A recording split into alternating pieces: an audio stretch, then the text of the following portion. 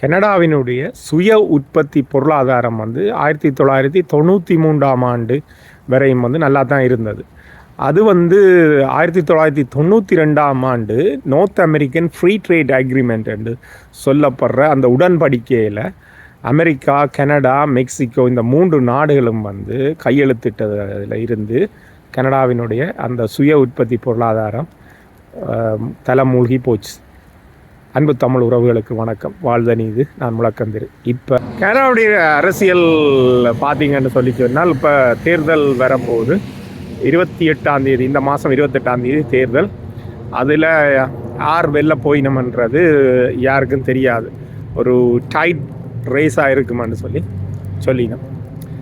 அப்போ இதில் என்ன மாதிரி என்று சொல்லி பார்த்தோம்னு சொல்லி சொன்னால், இவ்வளோ காலமும் 2 தரம் வந்து லிபரல் கட்சி ஆண்டு கொண்டு வந்தது. பிரதமர் ஜஸ்டின் ட்ரூடோ வந்து பல்வேறு தவறுகளை இழைச்சு கனடாவினுடைய பொருளாதாரம் வந்து பிளஞ்ச் பண்ணிட்டுன்னு சொல்லிடணும், அதாவது மூழ்கிட்டு. இப்போ தற்சமயம் வந்து ஒரு மிகப்பெரிய ஒரு தத்தளித்த நிலையில் கனடாவினுடைய பொருளாதாரம் இருக்குது. ஆனால் இந்த கனடாவை ஆட்சி செய்யக்கூடிய 2 பெரிய கட்சிகளான லிபரல் கட்சியும் கன்சர்வேட்டிவ் கட்சியிட்டையும் வந்து தற்சமயம் ஒரு நல்லதொரு ரோட் மேப்னு சொல்லிவிடும். பொருளாதாரத்தை வந்து மேலே கொண்டு வர்றதுக்கான ஒரு நல்லதொரு திட்டம் இல்லை அவைகிட்ட, 2 பேர்கிட்டையும் இல்லை. அப்போ இப்போ இந்த தேர்தலில் வந்து லிபரல் கட்சியின் சார்பில் வந்து மார்க் கார்னி அவர்கள் வந்து இப்போ இறக்கி இருக்கிறார். அவர் வந்து 2 தரம் இந்த மத்திய வங்கியினுடைய ஆளுநராக இருந்தவர். அதே மாதிரி பிரித்தானியாவினுடைய மத்திய வங்கிக்கும் இருந்து இந்த பொருளாதாரத்தை மேலே கொண்டு வந்ததில் ஒரு முக்கியமான ஒரு ஆளுநராக வந்து பார்க்கப்படுறார்.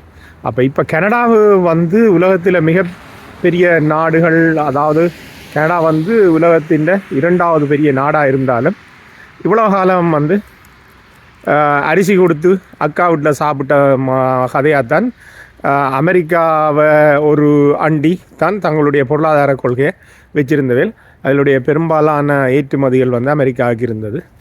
இப்போ வந்து ட்ரம்ப் அதாவது ஜனாதிபதியாக வந்தோடனே கனடா வெட்டி விட்டுட்டேன்.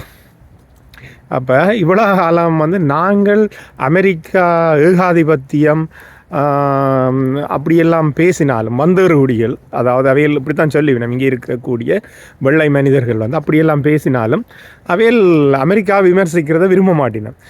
உடனே என்ன சொல்லிவினோம்னு சொல்லி சொன்னால், அமெரிக்காவை பற்றி காய்ச்சால் அங்கிள் சாம் அண்டுவினன், யூஎஸ் என்றதுக்கு யூஎன்க்கு பதிலாக அங்கிள் சாம் அண்டு சொல்லிவிடும். அப்படி தான் ஒரு இதாக சொல்லிவிடும். ஆனால் இப்போ வந்து சட்டி சுட்டதடா கை விட்டதடான்னு சொல்லி எல்லாரும் இந்த தாயும் பிள்ளையும் உண்டாலும் வாயும் வயிறும் வேறு தானே. அப்போ அடிமடியில் கை வச்சோடனே இவ்வளோ காலம் நாங்கள் அமெரிக்காவை நம்பி இருந்த நாங்கள் இப்போ அமெரிக்கா ட்ரம்ப் வந்து இப்படி செய்யலாமான்னு சொல்லி இப்போ கையை விட்டுட்டினோம். அப்போ இப்போ கனடாவுக்கான அரசியலில் யார் மேலே வருவினம்னு சொல்லி பார்த்தோம்னு சொல்லி சொன்னால், இந்த 2 கட்சிகள்லையும் பொதுவாக இந்த 2 கட்சிகளும் தான் இதுவரையும் ஆட்சிக்கு வந்து கொண்டிருக்கணும். புதிய ஜனநாயக கட்சி கனடாவை இதுவரையும் 3வது கட்சியாக இருக்குது. ஆனால் ஆட்சிக்கு ஒரு காலமும் மத்திய அரசில், அதாவது கூட்டாட்சி அரசில் வர இல்லை. இந்த சமஷ்டி என்று கதைக்கிற எங்கடையாக்கெல்லாம் இருக்கணுமல்லோ, அதன்று சொல்லி சொன்னால் இந்த சமஷ்டின்னா என்னது? சமஷ்டி தமிழ் இல்லை, அது வந்து சமஸ்கிருதம். அதை வந்து தமிழ் என்று சொல்லி சொன்னால் கூட்டாட்சி அப்படி தான் சொல்லணும். அப்போ இந்த கூட்டாட்சியில் வந்து புதிய ஜனநாயக கட்சி, அதாவது என்டிபி எனப்படும் புதிய ஜனநாயக கட்சி ஒரு காலமும் வர இல்லை. அது மாகாணங்களை ஆள்ற கட்சியாக பல மாகாணங்களில் வந்திருக்கு. அப்போ இந்த 2 கட்சிக்கும் இடையில், லிபரல் கட்சி, கன்சர்வேட்டிவ் கட்சி, இந்த 2 கட்சிகளுக்கும் இடையில் தான் போட்டி. இந்த அடுத்த அரசாங்கத்தை அமைக்க போகிறதா வந்து மக்களை வருது. ஆனால் இப்போ இந்த போல் என்று சொல்லப்படும் முன்கணிப்புகளின் அடிப்படையில் வந்து இப்போ இவர்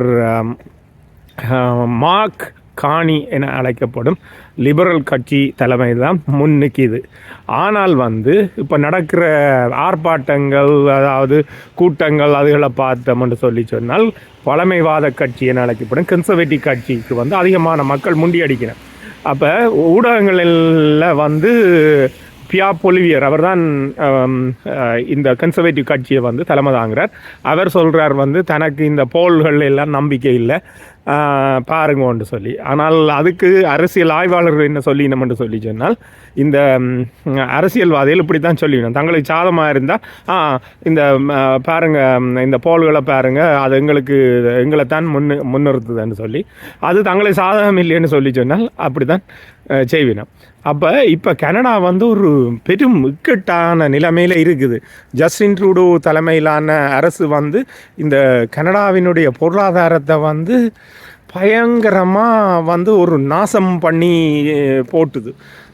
எடுத்துக்காட்டாக வந்து சிரியாவில் இருந்து அகதிகளை, அதாவது கவர்மெண்ட் ஸ்பான்சர்ட் இவைகளையே விமானம் அனுப்பி ஏற்றி கொண்டு வந்து எங்கட அகதிகளுக்கு ஒரு $600 காசு கூடி கொடுக்குறதில்ல. அந்த அகதிகளுக்கு கிட்டத்தட்ட ஒரு குடும்பத்துக்கு $9,000 வரையும், $8,000 $9,000 வரையும் கொடுக்கக்கூடிய நாசமான வேலைகளை எல்லாம் வந்து ஜஸ்டின் ட்ரூடோ அரசு இங்கே செய்து வச்சிருக்கு. அதே மாதிரி ஆப்கானிஸ்தான்லேயும் வந்து அகதிகளை பிளேன் அனுப்பி எடுத்து இதே மாதிரி செய்து அப்போ இப்படி ஒரு படுகொலியில் வந்து இப்போ கனடாவை விட்டுட்டு போயிருக்கு. அப்போ இந்த பொருளாதாரத்தை கனடா வந்து ஒரு படுகொலியில் இருக்குது. இந்த கனடா வந்து படுகொலியில் இருந்து ஒரு மீட்கும் பொருளாதார கொள்கையை யார் கொண்டு வருவினமோ அவர்களுக்கு தான் மக்கள் வாக்களிக்கிற மாதிரி இருக்கிறோம். இப்போ வந்து உலகாலம் வந்து மாக்காணி 10% அதாவது லிபரல் கட்சி ஆளும் லிபரல் கட்சி வந்து 10% லீட் பண்ணி கொண்டிருந்தது. அதாவது முன்னுக்கு நின்றது. இப்போ வந்து அங்கேயும் இங்கேயுமா கிட்டமுட்ட அல்லாட தொடங்கி இருக்குது.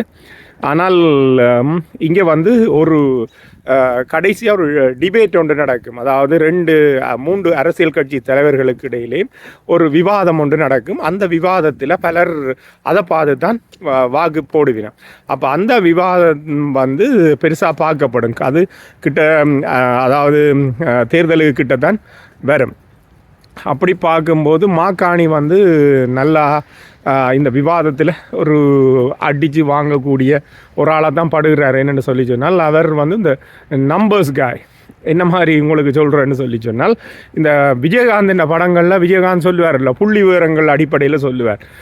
இத்தனை வீதமான மக்கள் வறுமைக்கோட்டுகளை இருக்கணும் இத்தனை அப்படின்னு சொல்லுவார். அதே மாதிரி இவர் வந்து ஒரு மத்திய வங்கியினுடைய ஆளுநராக இருந்ததால் இந்த புள்ளி விவரங்கள் தரவுகள் அதுகளை எல்லாம் வந்து துல்லியமாக சொல்லி மக்களை ஈர்க்கிறதுல ஒரு படுகட்டிக்காரன். அதே மாதிரி இவரும் வந்து அதாவது பியா பொலிவியர் மற்ற கன்சர்வேட்டிவ் கட்சி ஆளும் வந்து அவர் இந்த விஷயங்களை பற்றியெல்லாம் கதைப்பார். ஆனால் கனடா ஃபர்ஸ்ட் அப்படியான விஷயங்களை எல்லாம் சொல்லி கொண்டு வரார். தமிழர்களுடைய பிரச்சனையிலையும் வந்து நல்ல இதில் இருக்கிறார். ஆனால் இப்போ என்ன கடைசியாக நடக்குமென்று சொல்லி அது மக்கள் தீர்ப்பு தானே, அப்படித்தான் நடக்கும். எது எப்படி இருந்தாலும் மக்களை எங்களுடைய வீடுகளில் வேகிற என்று சொல்லி சொன்னால், அதாவது அடுப்பெரியர் என்று சொல்லி சொன்னால், அது எங்களால் தான் எங்களால் தான் அது முடியும் மக்களை. அதனால் வந்து அரசியல்வாதிகளாலேயோ அல்லது காலநிலையாலேயோ வந்து அது ஒரு காலம் மாற்ற போகிறதில்லை.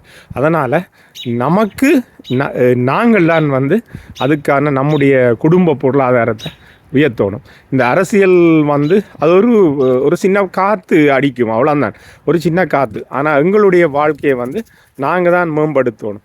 அப்போ அரசியல்வாதிகள் வந்து அது சும்மா ஒரு துணை மாதிரி தான். ஆகையால் அரசியலை பார்த்து அது மாறும் இது மாறும் என்று சொல்லி நாங்கள் இருக்கக்கூடாது. எங்களுடைய வாழ்க்கையை வந்து மாத்திரன்னு சொன்னால் தன் கையே தனக்கு உதவி என்ற மாதிரி எங்களோட சொந்த காலில் நின்று உங்களுடைய சொந்த மூளையில் வந்து அதை எப்படி கட்டி எழுப்ப போகிறோம்ன்றது எங்களோட கையில் தான் இருக்குது. அப்போ அரசியல்ன்றது வந்து அது ஒரு பம்பரம் ஒரு விளையாட்டு உண்டு மக்களே. வாழ்தலின் இது நாம் மார்க்கும் குடியெல்லாம் நம்மனை அஞ்சோம்.